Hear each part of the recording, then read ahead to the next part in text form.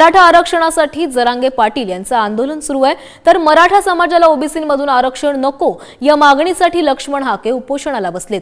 जालन्यातील अंतरवाली सराटीत मनोज जरांगे पाटील यांचं उपोषण सुरू आहे, तर अंतरवाली सराटीपासून 1.5 किलोमीटर अंतरावर वडीगोद्रीत लक्ष्मण हाके देखील उपोषणाला बसलेत। मात्र गेल्या 2 दिवसात जरांगे आणि हाके समर्थक आमने सामने आल्याचं बघायला मिळतंय। पाहूया त्या संदर्भातला एक स्पेशल रिपोर्ट।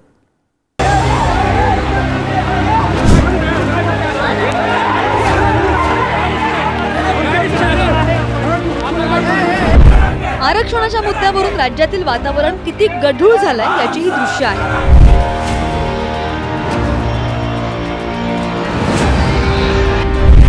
जालन्यामध्ये जरांगे समर्थक आणि हाके समर्थक सलग दुसऱ्या दिवशी आमने सामने आल्याचं पाहायला मिळालं। वडीगोद्रीमध्ये ओबीसी नेते लक्ष्मण हाके, नवनाथ वाघमारे यांच्या उपोषणस्थळी जरांगे समर्थकांनी घोषणाबाजी केली। विशेष म्हणजे पोलिसांसमोरच हा सगळा गोंधळ सुरू होता। त्यामुळे संतापलेल्या हाके समर्थकांनी जरांगे समर्थकांवर गुन्हा दाखल करा अशी मागणी केली। आयुर्वेदाचार्य तो छगन भुजबळ ऐक आता, हे जर आम्ही केलं असतं ना, म्हणलं असतं तिच्याच नाकाच्या खाली आलेले आहे इथं, असा थायट केला असता जसं नाचे आहे माय ओबीसीला त्रास माय बघ। आता हेच जर आम्ही केलं असतं तर आम्हाला म्हणले असते आमच्या गोरगरीब जातीला पूर्वीसारखं वाळीत टाकलं, वाळीत आमच्या लोकांना गावातून जाऊन द्यायनात। किती मोठा अन्याय आहे मराठ्यावर। आता तुझी कुठली तमाशा कंपनी आहे का? आम्ही भुजबळांची नाट्य कंपनी असेल तर तू तू तू एकनाथ शिंदेचा तमाशा आहे का? तमाशामध्ये बतावणी असती, त्यानंतर तमाशामध्ये करमणूक असते, त्यानंतर तमाशामध्ये वगनाट्य असतं। पण तुझ्या तर तमाशात नुसती बतावणीच आहे, नुसते नौटंकीच आहे, नुसतं सोंगाड्याचं काम करतो तू, मनोरुग्ण आहे तू। जालन्यातील अंतरवालीमध्ये जरांगे पाटलांनी 6व्यांदा उपोषण पुकारलंय, तर त्या आंदोलनाला प्रत्युत्तर देण्यासाठी लक्ष्मण हाके, नवनाथ वाघमारेंनी सुद्धा पुन्हा एकदा वडीगोद्रीत उपोषण सुरू केलंय। मात्र शनिवारी तिथून जाणाऱ्या मराठा आंदोलकांनी केलेल्या घोषणाबाजीमुळे वादाची ठिणगी पेटली। त्यामुळे खबरदारी म्हणून वडीगोद्री मार्गे अंतरवालीकडे जाणारी वाहतूक पोलिसांनी वळवण्याचा निर्णय घेतला। पण तरी सुद्धा रविवारी पुन्हा एकदा दोन्हीकडचे आंदोलक आमने सामने आले। भाजप आरक्षण विरोधी आहे।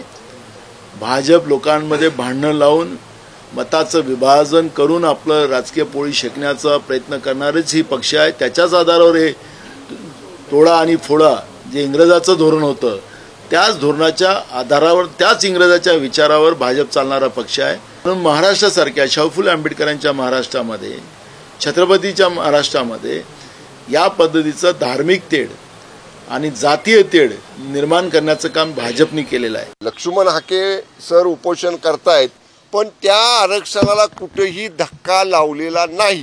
दुसऱ्या कुणाच्याही आरक्षणाला जे आज अस्तित्वात आहे त्याला धक्का न लावता कायद्याच्या चौकटीत बसणारं आरक्षण आम्ही दिलेलं आहे।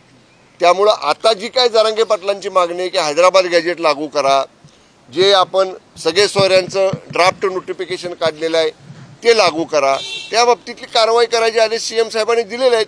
पण इतर समाज, ओबीसी सह इतर समाज जे आहेत, ज्यांना आज तारखेला जेवढं टक्के आरक्षण आहे त्याला ह्या सरकारने कुठेही धक्का लावलेला नाही। एकीकडे जरांगे पाटलांचं अंतरवाली सराटीमध्ये उपोषण सुरू आहे, तर दुसरीकडे मराठा आंदोलक मुख्यमंत्र्यांच्या भेटीसाठी मुंबईत धडकले।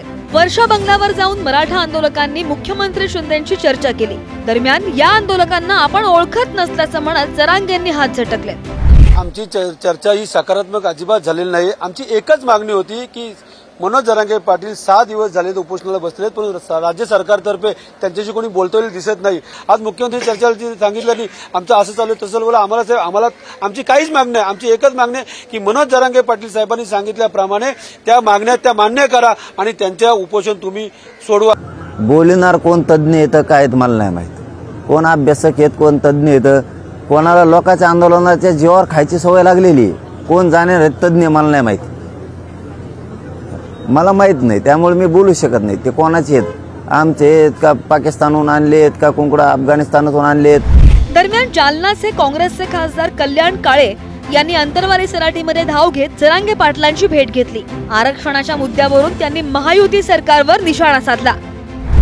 दिवस मुदतवाढ घेतली आम्ही तुम्हाला देतो म्हणले. आता परत काल ग्रामीण विकास मंत्र्याचा फोन आला आणि सांगितलं की किमान सलाईन घ्या, आम्ही लवकरात लवकर करतोय. आता अंत पाहू नये खरं तर, आणि हा विषय संपवावा असं माझं मत आहे. जरांगे पाटलांनी सुद्धा इतके वर्ष झाले त्याच्यामध्ये ते काम केलंय, तर त्यातून समाजाला काही न्याय मिळेल या भूमिकेतून आता सरकारने त्या विषयावर अंत पाहू नये समाजाचा.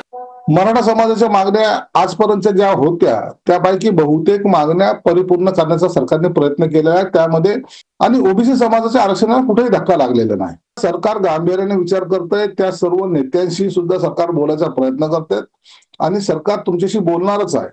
हे सरकार तुमचं आहे, हे सरकार तुमच्यासाठी आहे, म्हणून तुमच्या मागण्याचा विचार हे सरकार प्रामुख्याने करणार आहे आणि त्याला गांभीर्याने घेणार आहे.